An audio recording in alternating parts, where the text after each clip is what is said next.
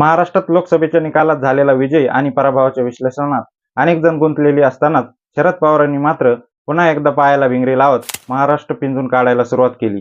महाराष्ट्रात सत्ता आणायची, महाविकास आघाडीने 155 जागा आधीच जिंकलेल्या असा एल्गार करत पवारांनी विधानसभा निवडणुकीत जोरदार तयारी करायला सुरुवात केली आहे, असं म्हटलं जातंय. पक्षफुटीनंतर पवारांकडे 12 ते 13 मोजकेच आमदारांचे बळ शिल्लक आहे, पण शरद पवार 80 ते 85 जागा लढवतील असंही सांगण्यात येते. पवारांचं आजपर्यंतचं राजकारण पाहता उरलेल्या जागांसाठी त्यांनी आधीपासूनच उमेदवारांची चाचपणी करायला सुरुवात केली. त्यात पंढरपूरच्या आषाढी एकादशी निमित्त होणाऱ्या वारीमध्ये सहभागी होण्याचा पवारांनी घेतलेला निर्णय. महाविकास आघाडीने पत्रकार परिषद घेत एकत्रित निवडणूक लढवण्याची केलेली घोषणा, पवारांनी 155 आमदार आधीच निवडून आलेले आहे असं म्हणणं, या सगळ्या गोष्टी हे नेमकं काय सांगतात? शरद पवारांचा आत्ताच होणारा हा वार हा महायुतीला विधानसभेत सुद्धा जड जाणार का? समजून घेऊया या व्हिडिओमधून. नमस्कार, मी संदीप आणि तुम्ही पाहत आहात स्मार्ट मराठी. लोकसभा निवडणुकीचे पहिले 2 टप्पे पार पडल्यानंतर तिसरा टप्पा सगळ्यांनाच पक्षासाठी महत्त्वाचा होता. पश्चिम महाराष्ट्र, कोकण आणि मराठवाड्यातल्या 2 असे एकूण 11 जागांवर महायुती विरुद्ध महाविकास आघाडी अशी कडवी लढत होती. हा टप्पा पार पडला आणि लगेच 2 दिवसांनी शरद पवारांनी राज्यामध्ये महाविकास आघाडीच्या 30 ते 35 जागा येतील असं विधान केलं. आतापर्यंत महाविकास आघाडीला चांगलं यश मिळेल असं वक्तव्य करणारे शरद पवार अचानक आकड्यामध्ये दावे करायला लागले. त्यामुळे पवारांना वाऱ्याच्या दिशेचा अंदाज आला अशा चर्चा चालू झाल्या. संविधान बदलाचं नरेटिव्ह, भाजपविषयी लोकांमध्ये असणारा असंतोष, पक्ष फोडाफोडी यामुळे भाजपविषयीची नाराजी लोकांमध्ये दिसत होती. पण ती मतामध्ये दिसणार का, यावरती प्रश्नचिन्ह होतं. अशा वेळी तब्बल 60 पेक्षा जास्त सभांमधून महाराष्ट्र पिंजून करणाऱ्या पवारांनी योग्य वेळी आपले अंदाज मांडले आणि तिथूनच भाजप खऱ्या अर्थाने बॅकफूट पडला गेला असं चित्र दिसलं. लोकसभेचा निकाल लागला आणि महाराष्ट्रातले पवारांचा अंदाज अगदी परफेक्ट बसल्याचं दिसलं.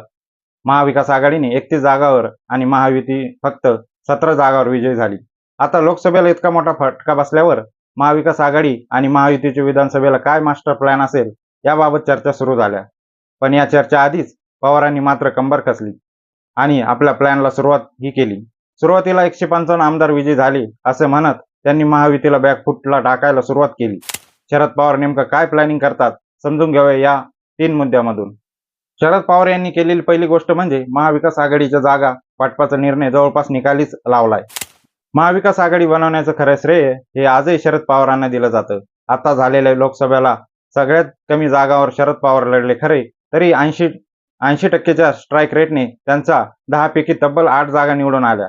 काँग्रेसच्या सगळ्यात जास्त 14 जागा, ठाकरेंच्या 9 जागा निवडून आल्या. निकालानंतर लगेचच संजय राऊत विरुद्ध नाना पाटोले यांच्यामध्ये श्रेयवादाची लढाई सुरू झाली.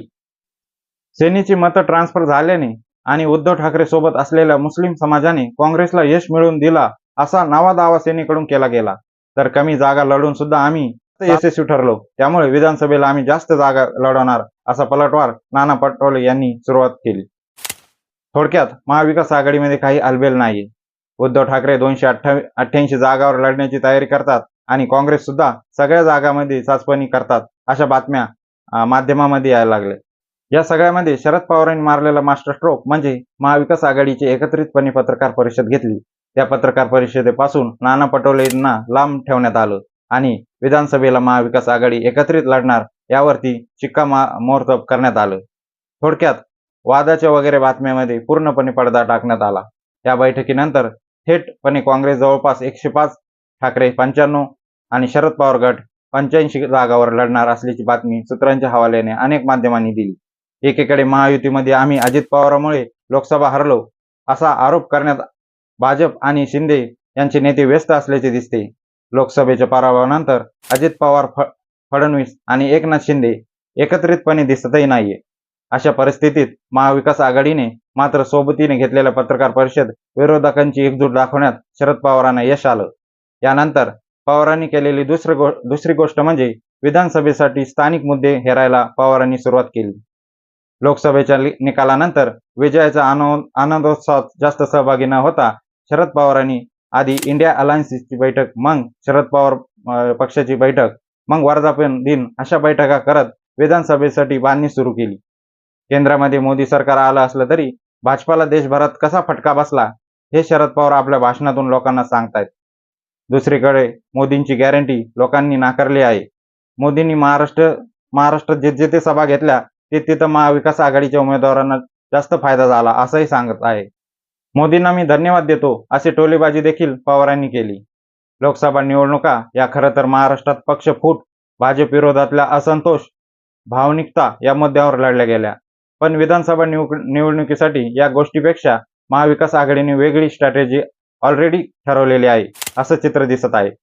एकीकडे उद्धव ठाकरे मोदी विरोधचा महाराष्ट्रातला चेहरा बनत शासकीय यंत्रणांना केलेला गैरवापर, महाराष्ट्रात बाहेर गेलेले उद्योगधंदे, मोदी शहा यांना हटवण्याची गरज या मुद्द्यांवरती फोकस करतात.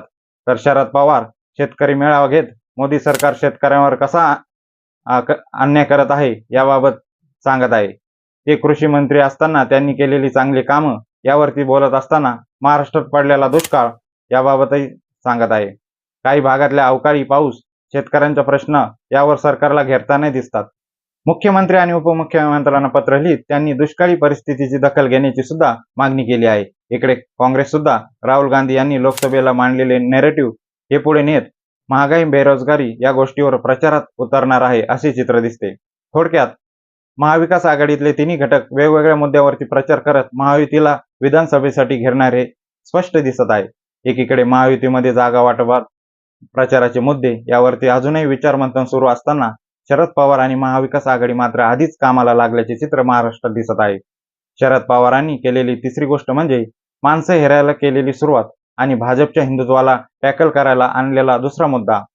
लोकसभेसाठी 10 जागा घेतलेल्या पवारांना तब्बल 6 जागावर उमेदवार आयात करावे लागले होते असे सांगितले जाते. पवारांनी आधीपासूनच पक्षात घ्यायला प्लॅनिंग केली होती असेही सांगितले जाते. अगदी निलेश लंकेचं उदाहरण द्यायचं तर गेल्या वर्षभरापासून नगर लोकसभेत येणाऱ्या श्रीगोंदामध्ये ते तयारी करत होते. अजित पवार गटात जाऊनही जागा मिळण्याची अपेक्षा नसताना लंकेंनी सुरू झालेली तयारी ही शरद पवारांच्या सांगण्यावरूनच होती असंही म्हटले जाते. हे झालं लोकसभेचं.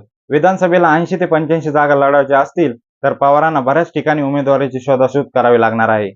अजित पवार सोबत जवळपास 40 आमदार गेले, त्यामुळे त्यांच्यापैकी कोण माघारी येऊ शकतं, लोक कोणाला स्वीकारू शकतात याबद्दल सुद्धा पवारांनी चाचपणी करायला सुरुवात केली असंही म्हटलं जातं. अजित पवारांच्या बंडाला सुद्धा 1 वर्ष होत आले. अशा परिस्थितीत वर्षभरापासून वेगवेगळ्या भागातल्या तरुणांना विधानसभेला उतरण्यासाठी पवारांनी तयारी सुरू केली आहे. बारामती विधानसभेत योगेंद्र पवार यांचं नाव चर्चेत आहे. पारनेरमधून राणी लंके, त्याच पद्धतीने परळीमध्ये मुंडे विरोधात बबन गीते, नगर शहरामध्ये अभिषेक कळमकर अशा नावाची सध्या चर्चा होताना दिसते. दुसरीकडे पवारांनी आषाढी वारीमध्ये सहभागी होण्याचा निर्णय घेतला. आषाढी वारीत ते वारकऱ्यांसोबत चालणार आहे. लोकसभेच्या निवडणुकीत भाजपच्या हिंदुत्वाला टॅगल करायला ठाकरे पवारांनी महाराष्ट्र धर्माचा हत्यार बाहेर काढला आहे. आता सुद्धा विधानसभेला भाजप हायपर लोक हिंदुत्व राबवणार अशी चर्चा चालू झाल्या. अशा परिस्थितीत पवारांनी आधीच तमाम महाराष्ट्राचा आराध्य दैवत असणाऱ्या विठ्ठलाच्या वारीत सहभागी होण्याचा घेतलेला निर्णय हा सूचक असल्याचे म्हटलं जात आहे. थोडक्यात लोकसभेला जरी सहानुभूतीच्या जोरावर मतदान झालं असलं तरी ही स्ट्रॅटेजी तितकी वर्कआउट होईल का याबद्दल शंका आहे. त्यामुळे शरद पवार सध्या महायुती आणि भाजपच्या एक पाऊल पुढे जाताना दिसतात. 155 जागावर आम्ही आधीच जिंकलोय असं म्हणत महायुतीमध्ये अस्वस्थता त्यांनी निर्माण केल्याची दिसते. दुसरीकडे मला सत्ता आणायची आहे असं म्हणत महाराष्ट्रात सत्ता आणल्याशिवाय मी गप्प बसणार नाही असं पवारांनी रणसिंग फुंकलेले दिसते. आता विधानसभेला सुद्धा लोकसभेचाच पॅटर्न रिपीट होईल का? ठाकरे पवार आणि काँग्रेसला खरंच जनता साथ देईल का? तुम्हाला काय वाटतं? पवारांचं प्लॅनिंग विधानसभेला कितपत वर्कआउट होईल? तुमच्या प्रतिक्रिया कमेंट बॉक्समध्ये लिहून नक्की कळवा आणि अशाच राजकीय घडामोडी पाहण्यासाठी YouTube चॅनलला सबस्क्राईब नक्की करा.